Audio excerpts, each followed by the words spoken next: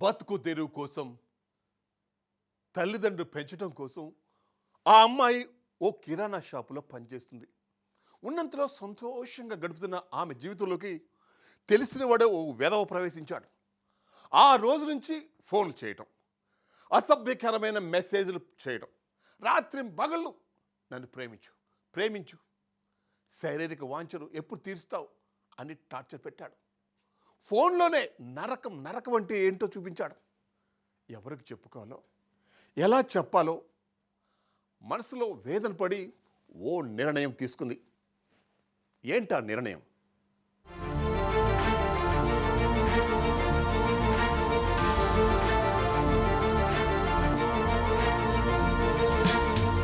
నల్గొండ జిల్లా మిర్యాలగూడ మండలం కొత్తగూడెం గ్రామంలో విషాదకరమైన ఘటన చోటు చేసుకుంది. గ్రామానికి చెందిన వాణి అనే యువతి ఇంట్లో ఉరేసుకుని ఆత్మహత్య చేసుకున్న ఘటన కలకలం రేపింది. మిర్యాలగూడలోని ఓ కిరాణా షాపులో వాణి పనిచేస్తోంది.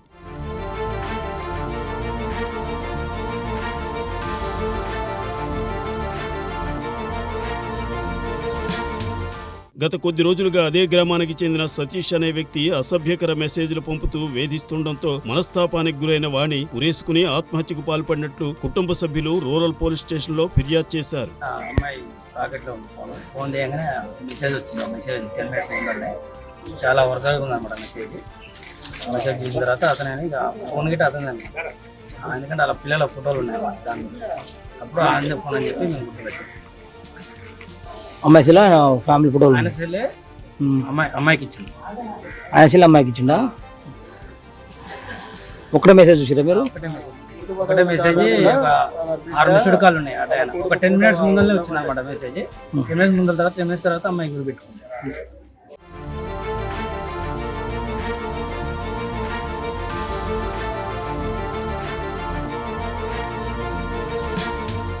బాధితుల ఫిర్యాదుతో ఘటనా స్థలానికి చేరుకున్న పోలీసులు కేసు నమోదు చేసుకుని పోస్టుమార్టం నిమిత్తం మృతదేహాన్ని మిర్యాలగూడ ప్రభుత్వాసుపత్రికి తరలించారు. ఈ ఘటనపై దర్యాప్తు చేపట్టనున్నట్లు పోలీసులు తెలిపారు.